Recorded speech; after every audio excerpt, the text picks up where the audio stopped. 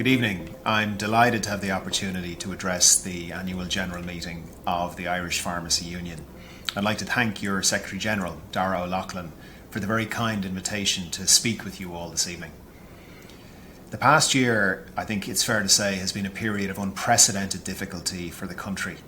You have been at the forefront of the nation's response, supporting patients, providing advice, maintaining services. You've played a pivotal role in responding to the challenges posed by COVID. You've ensured the continued availability of a professional, accessible service and have successfully managed to alleviate many concerns around the continuity of medicine supply in the face of what has been great uncertainty. There have been impacts on the business model of many community pharmacies throughout the pandemic, and I fully appreciate that you, as with many other sectors, have experienced added financial pressure during the crisis. And yet, in spite of that, the sector has continued to innovate as required. I wish to thank community pharmacists, for example, for embracing the use of health mail during COVID. I understand that work is ongoing to introduce a full e-prescribing system, and I really welcome the IPU's involvement in advancing this really important innovation through this year. I'm pleased that the Community Pharmacy Contingency Forum, formed in April of last year, is still ongoing. The forum has been important in responding to clinical and operational challenges that have faced community pharmacists right through the year. It's my hope that the forum will continue to meet in the long term. I think it's been very productive. I'd like to express my sincere appreciation to all community pharmacists for your participation in the winter flu vaccination campaign. I'm aware that there's never been a greater demand for the adult vaccination and that the rates of uptake were absolutely unprecedented.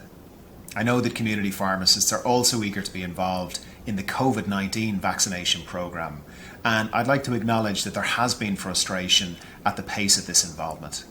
I'm in regular discussion with the HSE on this issue, and I understand that work is progressing within the HSE in this regard.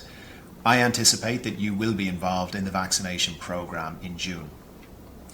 As we're all aware, Brexit posed an unprecedented risk to many aspects of life in Ireland, not least to the healthcare system and the continuity of supply of medicines and medical devices.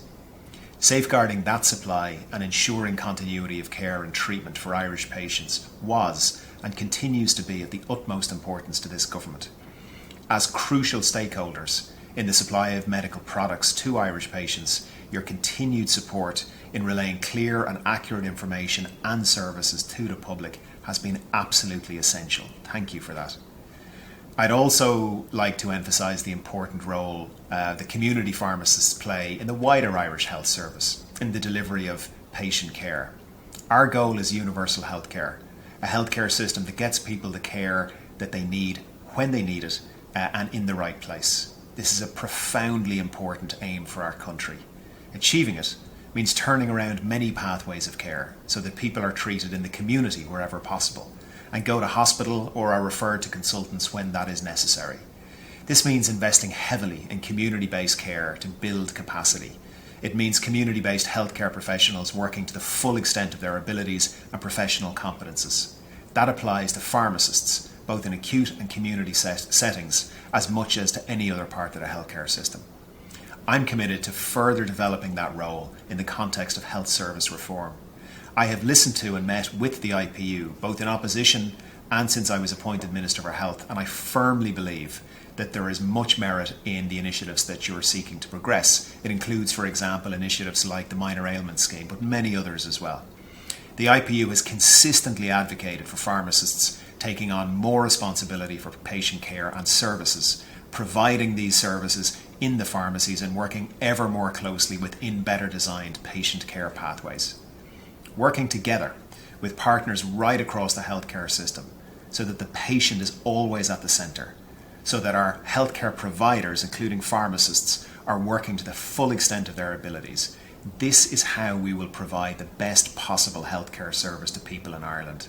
And I really look forward to making this possible with the IPU and pharmacists right across Ireland. Again, I'd like to thank you for the opportunity for speaking to you this evening and for everything that you have done right through the pandemic. Thank you very much.